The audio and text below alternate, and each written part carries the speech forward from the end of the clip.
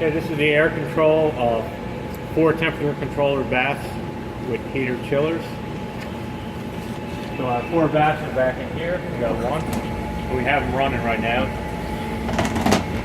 You can see the slight, I don't know if you can see it here, but there's a slight overflow. So this will fill from the bottom, overflow to the side, run through the filter. The filter over here and the pump here. And then returns back to the bottom. So you got a cascade overflow monitored by a TC. All 4 baths are identical. I want to show you that I have them all running right now and maintaining at 20 degrees Celsius.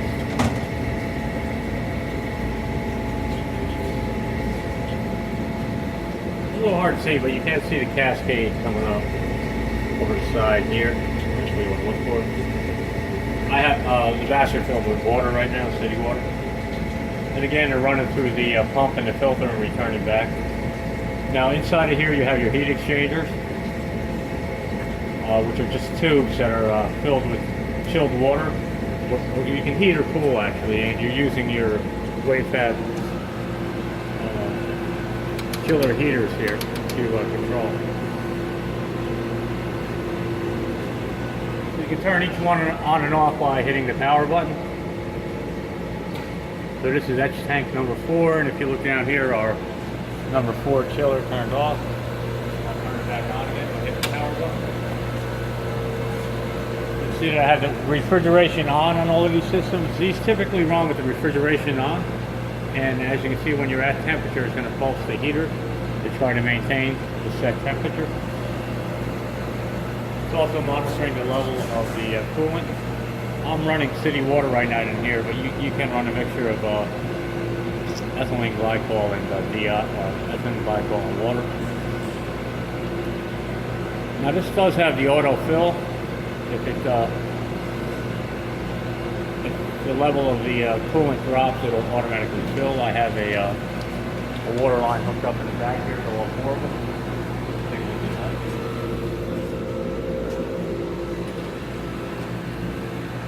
You can see they're all hooked up to the auto fill port. And again, I'm just running city water through. While we're back here, I just want to explain the chiller heaters here are all connected to the box here, to the main box, wet bench, and they're all labeled. I just happen to label these in the back here, 1, 2, 3, and 4. It doesn't matter what order you have them in. As long as you connect them properly to this is your communication between the wet bench and the chiller, and then they'll have a power. So this is for 4 of these 2. And you see the labels here, we got tanks 1, 2, 3, and 4, and the same up top. So what you want to do is match your tank to your chiller. You're also going to have to, I'll supply these lines that I have hooked up right now, but you have your coolant is going to, you have a fluid inlet and outlet. It's going to run to the back of the wet bench for each one of them. See here we got, there's 4, 3, 2, and 1. So you have an in and out, and it's going to go into the heat exchanger, which is just a poly tubing inside the lower part of the bath. While we're here, I'll show you, we do have an inlet for air, which is used mainly to operate the pneumatic valves for the dump rinse. And we do have a nitrogen. I was reading the label wrong. We have air on this side, nitrogen on this side. I'm just running air right now to blow. But the nitrogen is used to purge the box to keep a pressure of 0.12 inches of water. I'll explain that later. And it's also used in the for the N2 gun and for the bubbler in this quick dump rinse. Okay, we have a main drain here. This is your tub drain. So as you dump the quick dump rinses, they'll drain out through here. There's also a tub wash in the front. I'll show you that one in the front again. We have our DI in. We have an on-off valve here. And you have a DI out. I just have it blanked off. 2 aspirators were hooked up in the front. I'll point them out when we get there, but these are the aspirator outlets. And then finally we have manual drains for the 4 etch baths. and they're all tied into the one acid drain here. So this is your acid drain right over here. If you see over here, here's our label here for the bath. It requires 80 amps because of the chillers. It's single phase 208. And just one other thing while we're back here, this does have the fire alarm system. We do not qualify or check out or guarantee any of the fire alarm systems. It's currently off. The system works and powers up fine with the alarm system disabled. And here's our main power coming in. It does require neutral, so you're going to have a 208 across two lines, a neutral and a ground. So it's a 4-wire. And again, it requires 80 amps. Okay, we'll take a walk around in front. Just going to talk about the chillers here. I just have it set, the set point set to, hang on, turn on that. It's very close to 20. I haven't set to 20, but hitting the set point, you can see what it's set at. You can adjust your timer. What I want to point out here is to turn your edge pump on and off, which is your filtered edge pump through the filter. You would turn it on and off this way. You can see the pump light turns on. Now there's a range here. I think it's plus or minus 1. So as long as it's between 21 and 19, that's programmable again. You'll get a manual that will explain how to program the temperature controller. You'll get a normal here. If it deviates out, you may get a high or low temperature. If there's a problem with the circulator liquid not being at the proper level, you'll get a CCL or a certain LL. So you can see I have them all set to 20. By hitting the set point, I'm looking at the temperature I have it set at. And as you can tell, they're all controlling very close to 20. So that's about it with the tilted edge bath. See that they're pumping through and that they're maintaining temperature. The lid's on. While we're in the back, I talked about the aspirator. So you have one here on your left.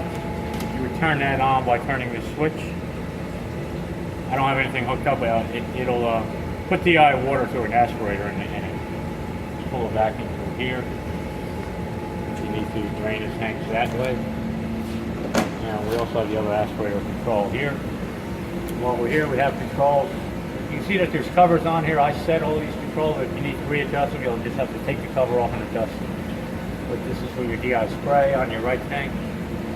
DI slow. So you have a constant flow of water going through.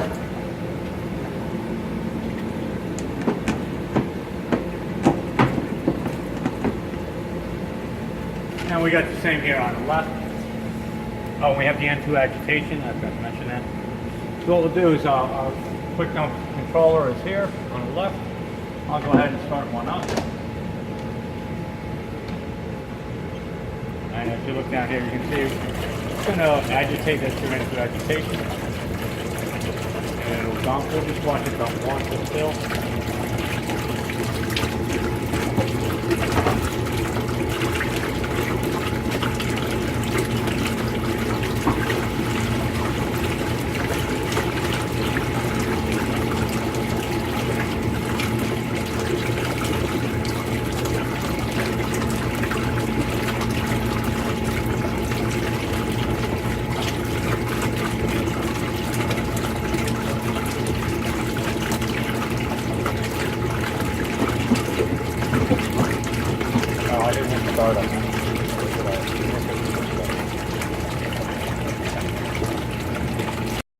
I just want to explain the setup here. One of the reasons we watched that quick dumper bubble for a while, we have 3 cycles was programmed in. The fill period is 60 seconds. So what we were watching for 60 seconds was the fill period. So let's go again and let's hit start. let's hit start on the cycles here.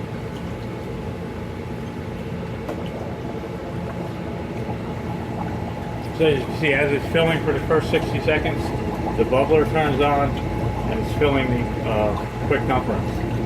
Since I had just emptied it, normally it would be full and the slow flow set on the DI is going to cascade over. It's going to take 60 seconds for this to finish up and then dump. We'll watch 1 or 2 cycles.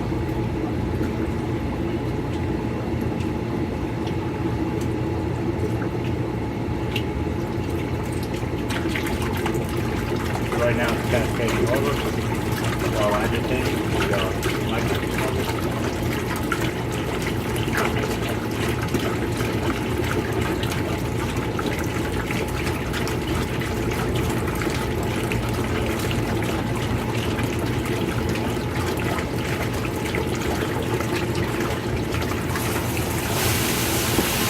Okay, as the quick conference opens the drain, he's going to use the spray bar to spray. You look down in and you can see that the drain is open. Now it flows up. So as it fills again, get the M2 bubbler on and the spray bars are on, and it's also filling from the bottom. So that was cycle 1, or the initial cycle. While we're here, I just want to point out a few things. Underneath here is where we have our tank drains, your manual drains. So in this direction are closed. If you wanted to drain them, you just start them counterclockwise. That's tank 2. We got one here for tank 1. And then finally we got 3 and 4. Again, these are your manual drains for your etch tanks. You'll drain your acid through your single acid drain in the back. They're all tied together to one drain. Here's your tub wash over here. This is closed. This is open. And what that does, there's a bar across on the inside. It's just flushing the plenum. If need be, you can leave it on. I normally leave it off. See here, we're on a second dumper. See, we're still at 3 now. It dropped down to 2. So we have the initial where it overflows and dumps, and then it start counting the cycles. This is all explained in the manual how to program that.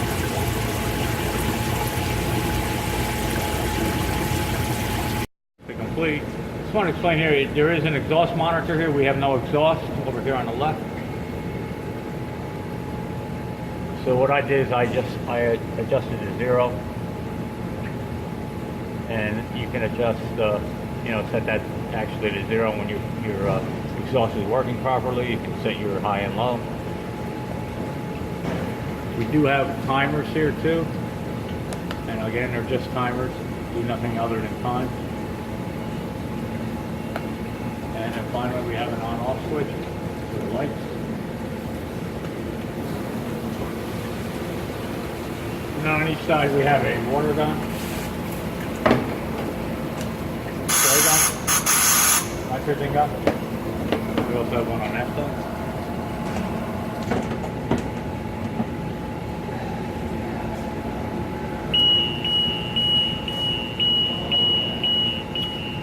What we have here is our timer. This went off, and all you do there is just hit off. That's just a separate process timer if you need it for another process that's going on in the bench. Over here, if you have something in the, I have it set for 30. It was set for 30 minutes. I haven't changed it. But, and if you want to hit the start timer on these, use it time start.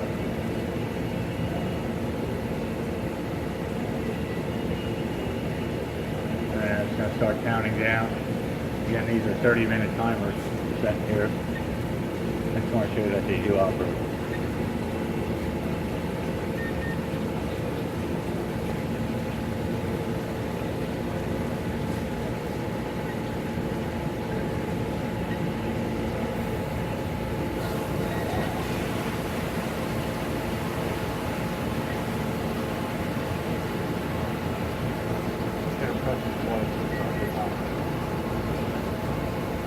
See her counting down. Let's take it and press the void.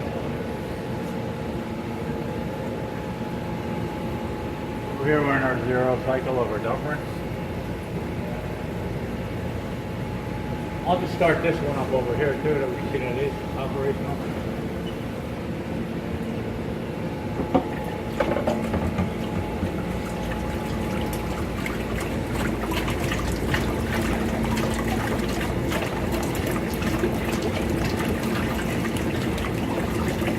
And it's going to do this for 60 minutes on the initial cycle.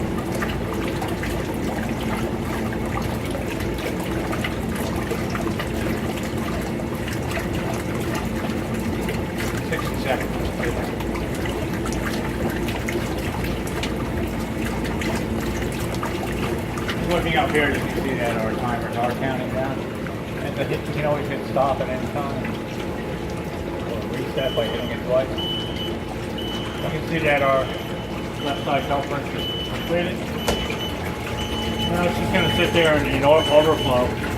You want to keep this quick dump filled, and that's adjusted by the flow. So we'll just hit stop refill on our quick dump rinse. You look over here, this one's dumping now.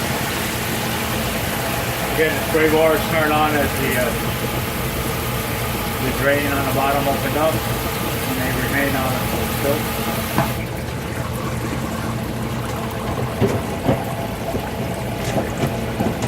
Again, you'll receive a manual that explains exactly how the program will forward.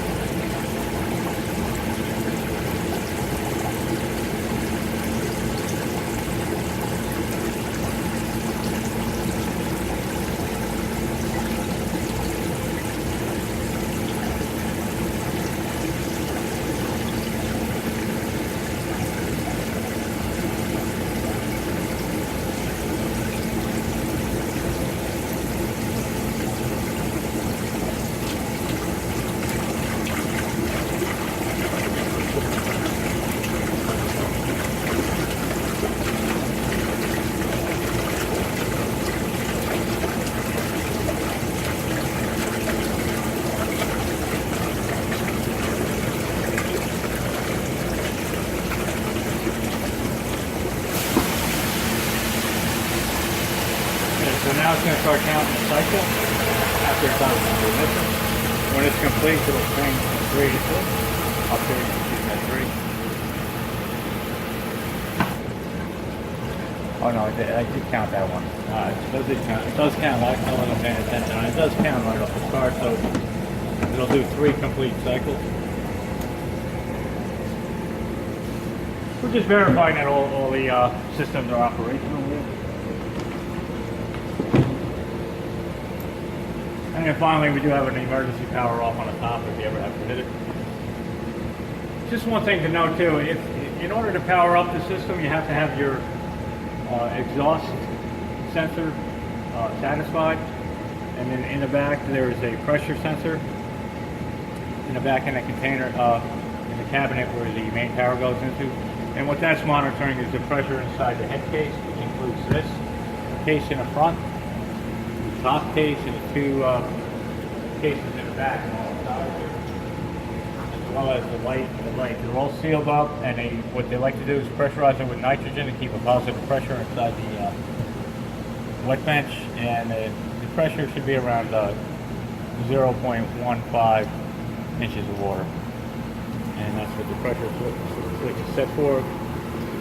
So if you have any problem starting it up, you verify that you do have the proper pressure, and that your exhaust is either bypassed as I did here, or that it's within the 2 upper and lowers. And then there's a timer on the back. I'm going to set it to 2 minutes, so it allows 2 minutes for everything to pressurize on initial power up, and then you'll have the system will turn on. You'll get the reset light on. It said reset. That's explained in the manual. The thing to note is to realize that there is a pressure being monitored inside the where the electronics are in the